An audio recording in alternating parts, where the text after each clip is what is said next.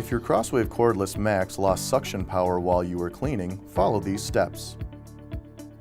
First, make sure your CrossWave is turned off and not sitting on the 3-in-1 docking station. Check the dirty water tank and make sure there are no clogs in the hose below it. Remove the filter and clean debris from both the screen and filter. Also, empty the dirty water tank and leave the filter out to dry completely before replacing it. See our maintenance video for complete steps.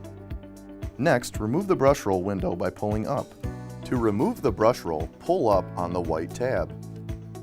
Remove any debris or string and replace it by putting the right side in first. Push down to lock into place. Secure the brush window by inserting the tabs on the front and pressing down into place until you hear a click.